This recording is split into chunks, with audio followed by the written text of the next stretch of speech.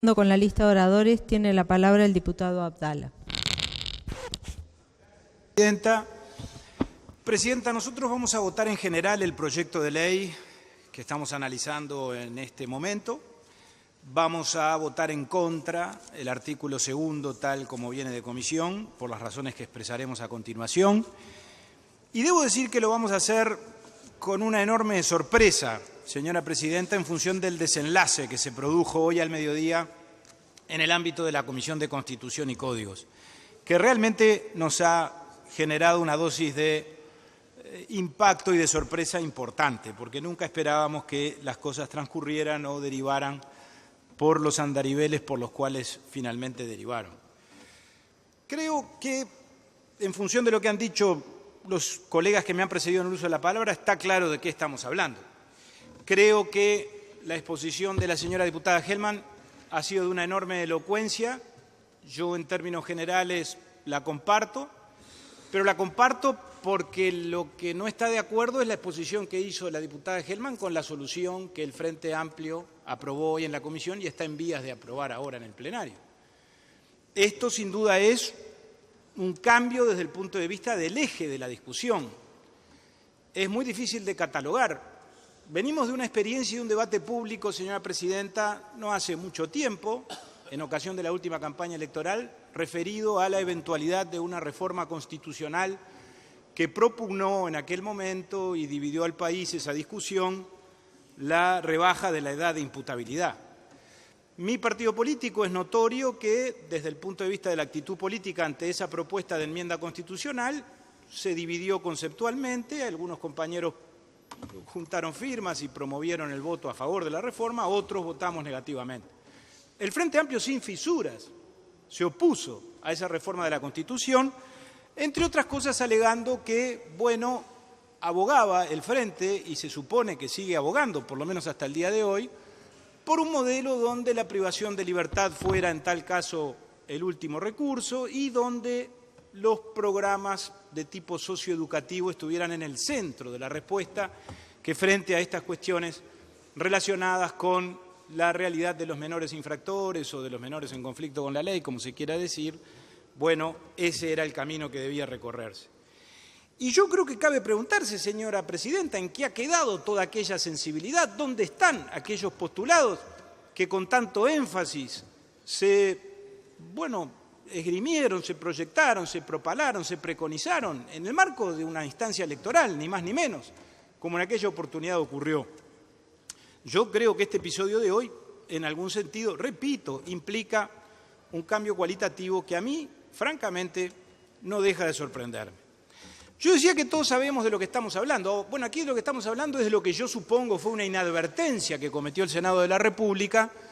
cuando, a partir de una actitud loable y compartible, que es la de armonizar o la de adecuar el Código de la Niñez en lo que se refiere a los aspectos de procedimiento al modelo acusatorio que establece el nuevo Código del Proceso Penal, bueno, en lo que concierne a las medidas cautelares y a la prisión preventiva,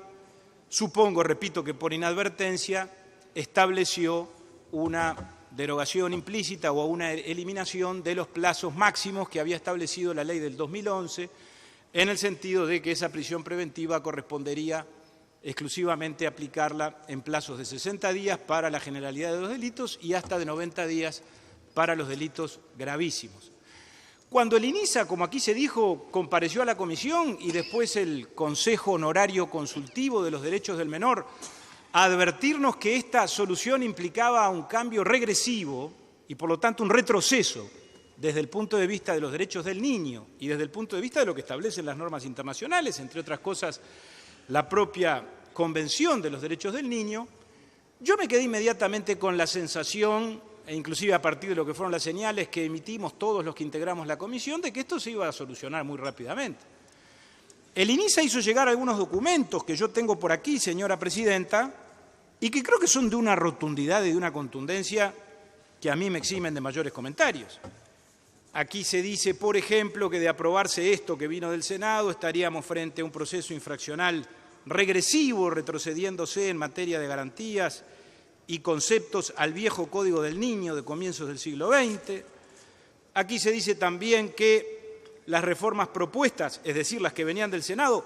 pondrían en serio riesgo el funcionamiento del INISA, colapsarían las actuales estructuras. Después se dijo también que estos cambios podrían afectar decisivamente el cumplimiento de los cometidos del organismo, etcétera, expresiones de ese tenor. Se llegó a hablar incluso de un colapso del organismo y particularmente del Centro de Ingreso y Derivación, que es precisamente el que se encarga en una etapa inicial de determinar, los programas socioeducativos que a los menores en conflicto con la ley se aplican. Esto motivó hasta una intervención de las Naciones Unidas.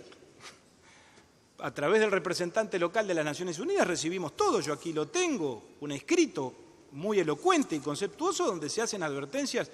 del mismo tenor. Yo no necesariamente me guío por recomendaciones de los organismos internacionales, aunque los tengo en cuenta, como tengo en cuenta todas las opiniones y todos los aportes que al respecto se me puedan hacer, pero el hecho es que, evidentemente, en este caso, por lo visto, lo que se ha resuelto es hacer oídos sordos e ir por un camino diferente. Aquí creo, señora presidenta, que detrás de este debate, vamos a decirlo claro y dejarnos de eufemismos, lo que hubo claramente es un choque de criterios y de conceptos en el seno del propio gobierno. Algún matutino del día de hoy dice que en realidad quien propugnaba una solución del tenor de la que terminó aprobando el Senado era el Ministerio del Interior. Yo pensé que había sido una advertencia. Bueno, hay una tesis que dice que no fue inadvertencia, que fue el Ministerio del Interior el que en algún ámbito, supongo que en el ámbito de la Comisión de Implementación del Código del Proceso Penal, no lo sé, abogó por una solución de estas características. Y otros sectores, somos testigos de eso, porque compareció a la comisión la subsecretaria del Ministerio de Desarrollo Social, acompañando al Consejo de los Derechos del Niño, estaban en la posición contraria, que nosotros compartimos, que es la de mantener el plazo máximo de 90 días, que después de todo fue un avance que la sociedad concretó. Todos votamos afirmativamente de esa ley del año 2011, que, sin embargo, ahora estaríamos desandando, por lo menos parcialmente, pero creo que de manera muy importante, ese camino que se transitó. El Gobierno tuvo dos caras con relación a este tema, por lo menos al momento de su dilucidación. Y yo creo en ese sentido que aquí lo que hubo, por lo tanto, y supongo que los menores habrán sido en ese sentido la variable de ajuste, y me parece muy lamentable, una especie de transacción, de acuerdo, de camino del medio, que a nivel de la bancada de gobierno se procuró, se intentó y supongo que se consiguió, pero comprometiendo y afectando aspectos que yo creo que son de la suficiente delicadeza como para que en realidad sean objeto de un tratamiento, desde mi punto de vista, señora presidenta, por lo menos diferente. Nosotros, por esas razones, es evidente que no vamos a acompañar esta solución en estos términos. Nos parece un grave error. Desde que se inició esta discusión no hemos escuchado un solo argumento e intervinieron hasta este momento dos señores representantes de la bancada de gobierno que eventualmente intente o ensaye la posibilidad de explicar cuál es la bondad o dónde está el beneficio o la mayor justicia de extender, por lo tanto, el plazo que la ley vigente prevé en 90 días a los 150 que aquí se nos propone. Nadie ha intentado explicar tampoco que, que 150 es menos que un año, 150 días es menos que un año. Nadie lo ha intentado. Y alguien podrá decir, no es tan malo, peor hubiera sido la solución del Senado. Bueno, probablemente peor hubiera sido, pero yo me quedo con la impresión, por la categórica manifestación del INISA